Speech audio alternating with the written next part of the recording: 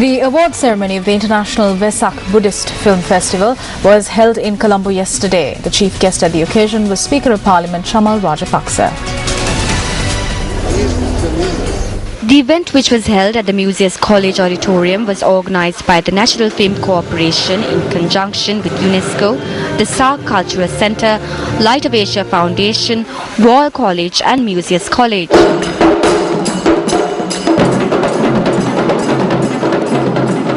The event was graced by a number of members from the cast of Sri Siddhartha Gautama as well as short film directors.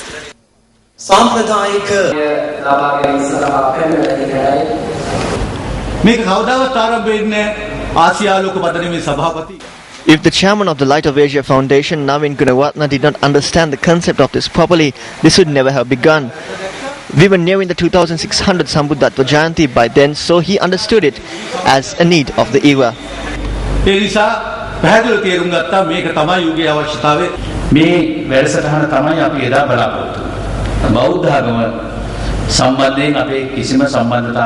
what we are hoping for. We do not have any international relations based on Buddhism.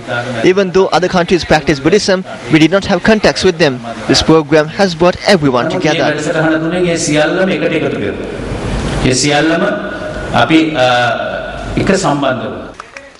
Awards were presented for Sri Lankan artists and directors who were recognized through the International Vesak Film Festival, which was held in line with the Vesak Festival recently.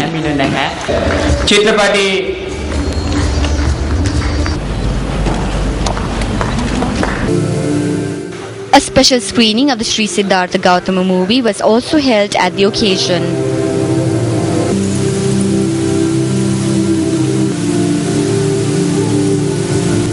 Every actor in Mumbai, it's been 8 or 9 years I'm acting. So every actor in Mumbai is always after name, fame and money. And after doing this movie and when I saw the story of Prince Siddhartha, even I read about him and I came to know that Prince Siddhartha was having all the luxuries in his life. Wealth, wonderful wife, child, parents, was a prince in the universe. Just to find the way for the humanity. Tonight on Words of Wisdom, we bring you the words of former Indian President Dr. Abdul Kalam.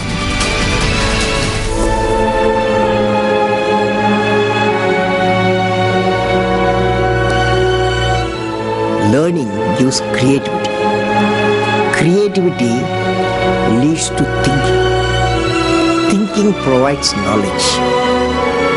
Knowledge makes you great.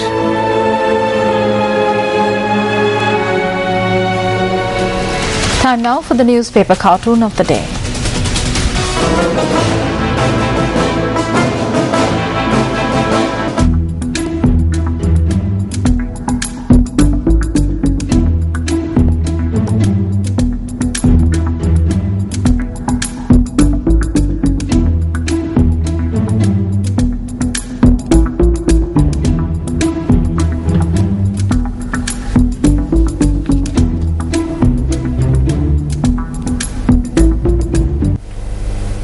Action TV is up next.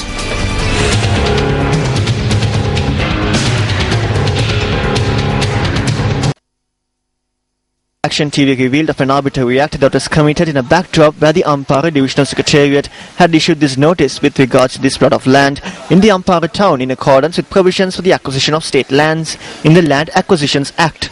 The arbitrary act in question is that this plot of land was bulldozed without any written notification being made under the command and supervision of the acting principal of D.S. Senanayake College, Ampara, who has no authority to implement the Land Acquisitions Act, along with several members of the staff. This woman, who had been living on this plot of land since 1966, told Action TV that she was extremely inconvenienced by this act, also because the police supported this arbitrary action. The announcement was issued by the Ampara Divisional Secretary on the 14th of this month to a woman residing on a plot of state land adjacent to the premises of D.S. Senanayake College, Ampara. And what she could have done was go to court and state her grievances within the given 30-day time frame. However, it was after the 30-day time frame that the Divisional Secretariat was given permission by the courts to evict this woman from this plot of land. Action TV also highlighted that though the acting principal of D.S. Senanayake College, Ampara, engaged in this arbitrary act by taking the law into his hands by force, The Ampara police, instead of enforcing the law, have treated this as a land issue and have transferred the responsibility of resolving it to the divisional secretary through a letter. However, yesterday it was evident that the unlawful acts of this divisional secretary are far more worse than the behavior of the acting principal and his associates. That is, the trees that this woman had planted in this plot of land were felled and taken away by the Department of Forest Conservation based on a written notification issued by this divisional secretary. The officers from the Lands Commission office in Ampara and 5 Brahma Seva officers who were also present here, apart from the police, justified this act.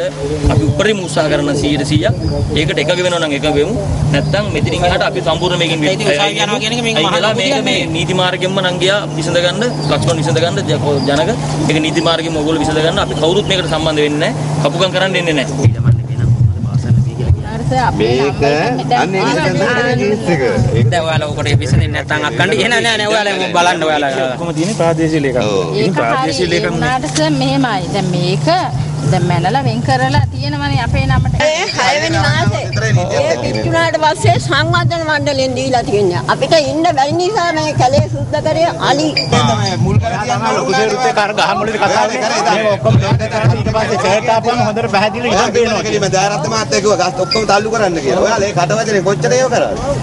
වාලි දෙකන්තුම අපිට කිව්වේ මෙහෙමයි කියලා. Are these officials acting in accordance of the state law?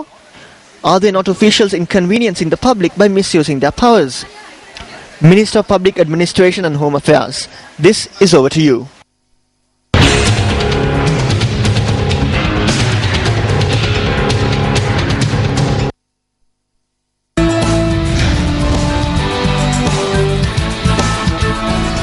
A tense calm has descended on Egypt following a night of fierce clashes between supporters and opponents of the ousted President Mohamed Morsi. At least 30 people are reported to have been killed and more than 1,000 wounded in the violence that erupted last night and continued until the wee hours of today. News First Zulfik Fazan, who has been closely monitoring the situation in Egypt, has more.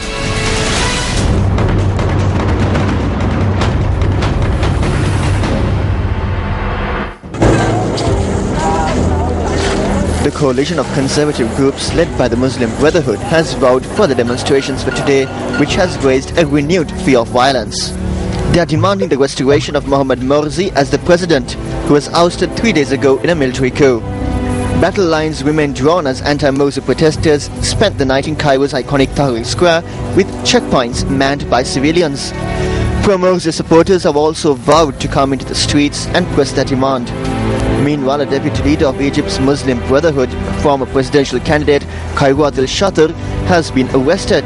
According to sources, Shatter was taken into custody of incitement to violence. Meanwhile, a new Islamist group has also announced its formation in Egypt, calling the army's ousting of Morsi an act against their faith. Welcome back.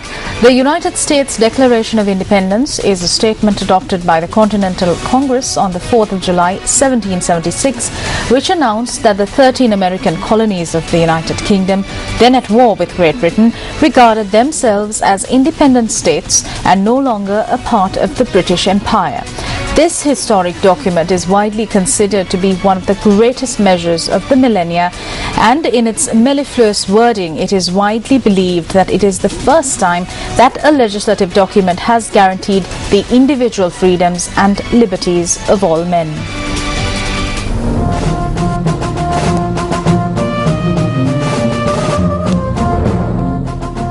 The adoption of the Declaration of Independence by the Continental Congress formed a union of 13 states that would become a new nation, the United States of America, today comprising of 51 states and arguably the most powerful nation in the world.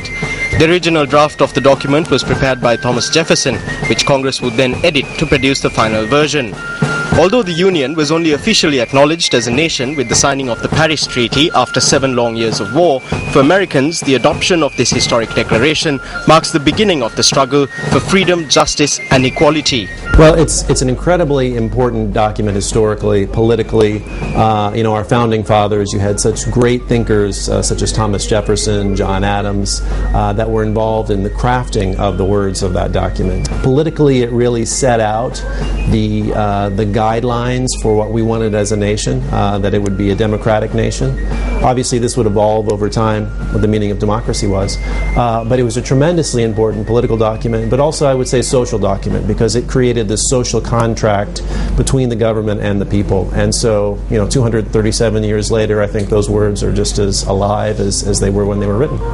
More than 2 centuries after its signing and adoption, it is undeniable that the US Declaration of Independence still holds sway today and has become a major statement on human rights, particularly its second sentence, which reads as follows: "We hold these truths to be self-evident, that all men are created equal, that they are endowed by their Creator with certain unalienable rights, that among these are life, liberty, and the pursuit of happiness."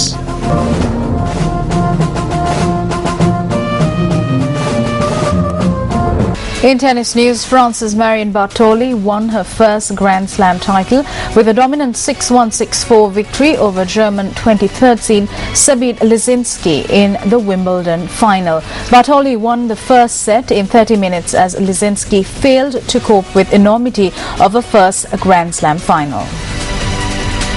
In weightlifting news, Dhammika Harishchandra of the Central Province set a national record in the women's weightlifting event in the over 75 kilogram category. This record was set by the athlete at the National Sports Festival, which is currently underway at the Kalania Sports Complex.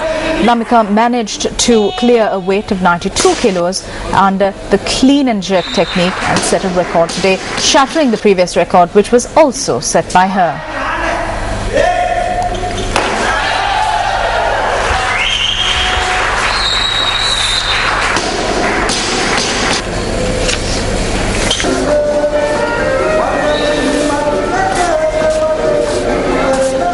And that's a wrap from all of us here at News First. I'm Sonali Wanigababige wishing you good night. Hotline 0114 896 896 www.newsfirst.lk